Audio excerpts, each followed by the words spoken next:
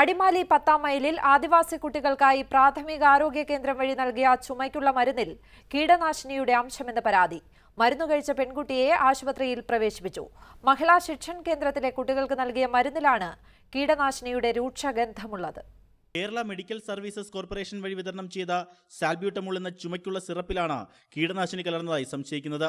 കഴിഞ്ഞ 6-ാം തീയതി 45 ആദിവാസി കുട്ടികൾ താമസിച്ചു പഠിക്കുന്ന മഹിളാ സമിതിയുടെ കീഴിലുള്ള മഹിളാ ശിക്ഷൺ കേന്ദ്രത്തിൽ വെച്ച് നടത്തിയ മെഡിക്കൽ ക്യാമ്പിൽ നൽകിയതായിരുന്നു മരുന്ന്. 4 കുപ്പിയോളം ഉണ്ടായിരുന്നു. അപ്പോൾ അടുത്ത ഡോസ് തുടങ്ങിയത് ഇന്നലെയാണ്. അപ്പം അത് ഞങ്ങളുടെ മുന്നിൽ വെച്ച് തന്നെയാണ് കുട്ടികൾ പൊട്ടിച്ചത്. അപ്പം 2 കുട്ടികൾ മരുന്ന് അന്നേരം തുപ്പി, ഒരു കൊച്ചെ ഇറക്കി. മരുന്ന് കഴിച്ച കുട്ടിക്ക് കടുത്ത വയറുവേദനയും വിറയലും ഛർദിലും അനുഭവപ്പെട്ടതിനെ തുടർന്ന് ആശുപത്രിയിൽ പ്രവേശിപ്പിച്ചു. വേദന പിന്നെ വായിലൊക്കെ വന്നു, പിന്നെ ഛർദിച്ചു. ഹോസ്പിറ്റലിൽ പോയി പിന്നെ ഗ്ലൂക്കോസ് കയറ്റി ഇഞ്ചക്ഷൻ എടുത്ത്. ബാച്ച് നമ്പർ 1444 പെട്ട ജൂൺ 2014 നിർമ്മിച്ച് മെയ് 2016 വരെ കാലാവധിയുള്ള മരുന്നിലാണ് കീടനാശിനിയുടെ രൂക്ഷഗന്ധമുള്ളത്.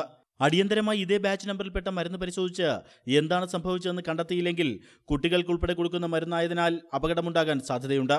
ഉന്നത ആരോഗ്യവകുപ്പ് ഉദ്യോഗസ്ഥരെ വിവരം അറിയിച്ചിട്ടുണ്ടെന്നാണ് പ്രാഥമിക ആരോഗ്യ കേന്ദ്രത്തിലെ അധികാരികൾ നൽകുന്ന മറുപടി. ഏഷ്യാനെറ്റ് ന്യൂസ്, ഇടുക്കി.